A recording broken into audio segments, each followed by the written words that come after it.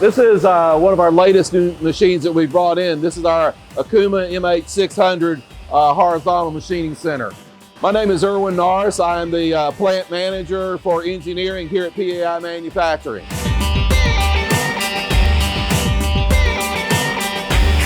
This machine right here will typically be doing parts that are of complex configurations, forgings and castings, oil pumps, water pumps, cylinder heads. That type of equipment can go on this machine.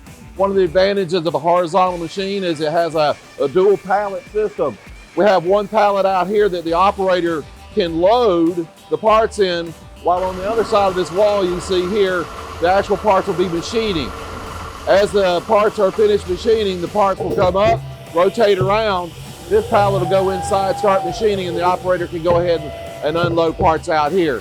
That'll allow him to do quality checks, any kind of deburring operations, all like that, while the machine is running on the inside, and it never has to wait for the operator to do anything else.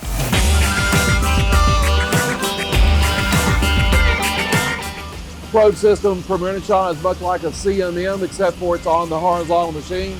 A probe can come in after machining of the part.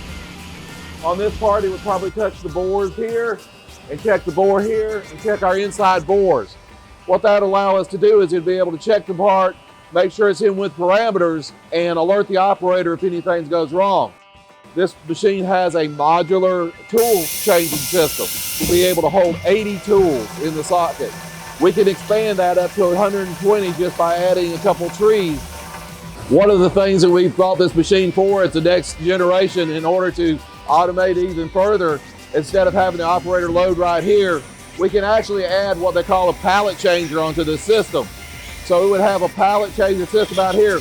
We can have 4, 5, up to about 12 of these pallets on the outside, and that would give you more lights out operations for better efficiency.